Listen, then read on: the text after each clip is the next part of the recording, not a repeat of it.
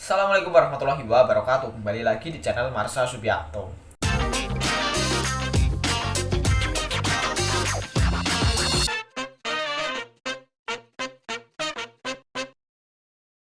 Pada kesempatan kali ini kita akan kembali membahas informasi menarik. Kali ini tentunya kembali terkait dengan seleksi P3K atau pegawai pemerintah dengan perjanjian kerja. Dan kali ini tentunya kita akan kembali bahas berkaitan dengan P3K tenaga kesehatan ya. Jadi alhamdulillah pada malam hari ini sudah banyak instansi yang mulai mengumumkan hasil akhir atau hasil kelulusan seleksi P3K tenaga kesehatan untuk formasi tahun 2022 ini. Dan tentunya selamat bagi teman-teman yang dinyatakan lolos dan tetap semangat bagi teman-teman yang di tahun ini belum lolos. Semoga di tahun 2023 mendatang teman-teman bisa diberikan kesempatan untuk lolos menjadi ASN P3K. Dan kali ini kita akan coba bahas atau jelaskan berkaitan dengan kode ya. Karena pada pengumuman hasil kelulusan ada kode-kode yang muncul di kolom keterangan pengumuman kelulusan tersebut. Ada P garis miring L, P garis miring L2, kemudian P dan lain sebagainya. Kali ini kita akan coba bahas mengenai hal tersebut. Untuk itu bagi yang penasaran, simak terus. Oke, bismillahirrahmanirrahim, langsung saja kita mulai. Jadi kita contohkan dari pengumuman yang disampaikan oleh BKD Pemprov Jateng ya. Hasil seleksi kompetensi prasanggah P3K Nakes Provinsi Jawa Tengah. Jadi di sini ada link downloadnya dari mulai pengumuman panitia, kemudian hasil pengolahan ringkas, hasil pengolahan, hasil tes kompetensi P3K Nakes. Dan saya sudah buka pengumumannya atau sudah download pengumumannya. Di sini ada maksud atau arti dari kode pada kolom keterangan dan afirmasi dalam lampiran pengumuman ini. Jadi saya rasa untuk semua instansi maksud kodenya sama ya. Tapi mungkin ada tambahan sedikit, tapi intinya kode-kode ini artinya sama untuk semua instansi. Dan kita coba lihat ya, dari A, kode P garis miring L adalah peserta yang memenuhi nilai ambang batas dan dinyatakan lulus. Jadi kalau teman-teman kodenya P garis miring L, teman-teman lulus seleksi P3K tenaga kesehatan di tahun 2022 ini. Kemudian kode P garis miring L2 adalah peserta yang lulus berdasarkan nilai ambang batas dan peringkat terbaik dalam jabatan dan pendidikan yang sama setelah perpindahan formasi dari lokasi formasi yang berbeda. Jadi P garis miring L2 ini lulus tetapi dia dipindah formasi dan lokasinya itu ya. Jadi misal dia semula mendaftar di rumah sakit A, kemudian karena di rumah sakit A tersebut sudah terpenuhi jumlah kelulusannya, tetapi ada rumah sakit yang kosong dan dia nilainya memenuhi syarat, artinya dia memiliki nilai yang tinggi tetapi kalah dengan yang mendaftar di rumah sakit A tempat mendaftar tersebut, dia dialihkan ke rumah sakit lain. Nanti kita kasih contohnya ya. Kemudian kode P adalah peserta yang memenuhi nilai ambang batas. Kemudian kode TL, kode P ini yang lolos passing grade ya, lolos passing grade tetapi tidak lulus seleksi P3K tenaga kesehatan karena kalah di nilainya ya atau jumlah nilainya. Kemudian kode TL adalah peserta yang tidak memenuhi nilai ambang batas dan dinyatakan tidak lulus. Kemudian kode TH adalah peserta yang tidak hadir dan dinyatakan tidak lulus.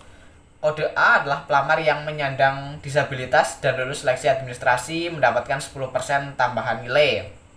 Kode B adalah pelamar yang melamar pada fasilitas kesehatan yang lokasinya terpencil atau sangat terpencil mendapatkan 35% tambahan nilai. Kode C adalah pelamar yang berusia 35 tahun dan bekerja secara terus-menerus selama 3 tahun pada unit fasilitas kesehatan yang dilamar mendapatkan 25% tambahan nilai. Kode D adalah pelamar yang melamar di fasilitas kesehatan tempat bekerja saat ini mendapatkan 15% tambahan nilai. Kode E adalah pelamar yang sedang dan atau telah menjalankan pengabdian layanan kesehatan masyarakat mendapatkan 5% tambahan nilai. Pada kolom afirmasi yang terdapat kombinasi huruf merupakan gabungan dari beberapa jenis afirmasi yang didapat oleh peserta. Kita coba langsung lihat ya. Kita lihat, nah ini. Ini contohnya hasil pengumuman seleksi kompetensi pengadaan P3K tenaga kesehatan untuk Pemprov Jateng. Contohnya ini RSUD Tugurejo ya, ada yang kode PL. P-L ini berarti diterima sebagai P3K Tenaga Kesehatan untuk formasi tahun 2022 dengan penempatan RSUD Tugurejo Semarang. Kemudian di sini juga ada kode CD, berarti ini mendapatkan afirmasi yang 25%, di atas 35, mendaftar di tempat kerja sebagai non-ASN, bekerja selama minimal 3 tahun secara terus-menerus. Kemudian D ini mendapatkan afirmasi sebesar 15% karena mendaftar di tempat bekerja sebagai non-ASN. Kemudian ini kodenya DDDD, ini berarti dia mendaftar di tempat bekerja sebagai non-ASN.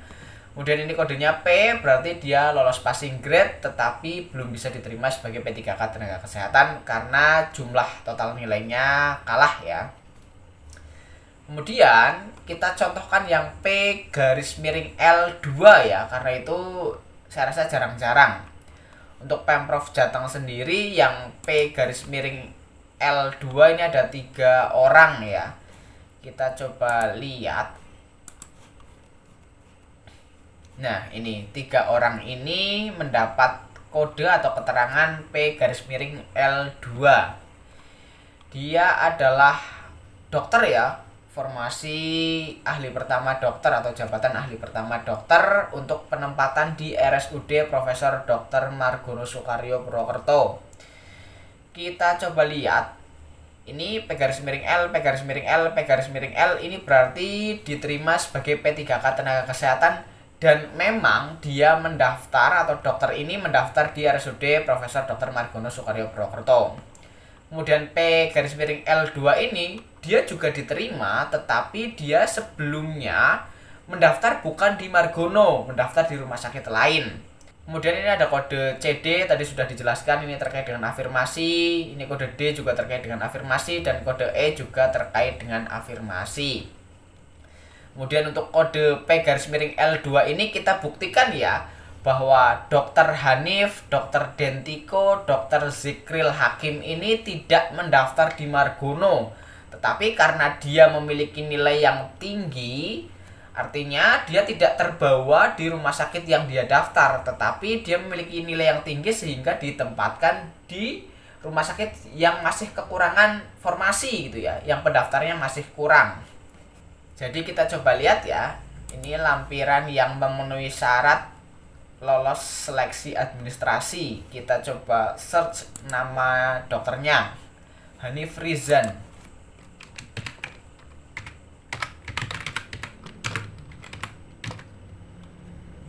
Nah, ini jelas ya, Hanif Rizan Adi Prasetya, ahli pertama dokter. Dia mendaftar di RSUD Tugurejo Semarang. Dia tidak mendaftar di Margono, tetapi karena nilainya tinggi, dia dialihkan ke RSUD Margono karena RSUD Margono pendaftar dokternya kekurangan. Kemudian yang kedua ada lagi namanya Dentiko.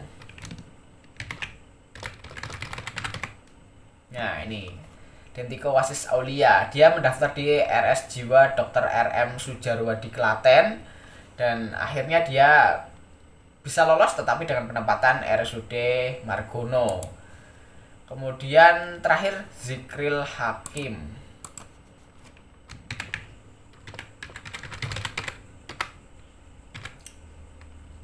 Zikril Hakim dia mendaftar di RSUD Tugurejo Semarang. Tetapi karena di RSUD Tugurejo Semarang dia kalah nilainya, tetapi karena di rumah sakit lain yaitu Margono ada yang kekurangan, dia bisa menempati Rumah Sakit Umum Daerah Profesor Dr. Margono ini ya.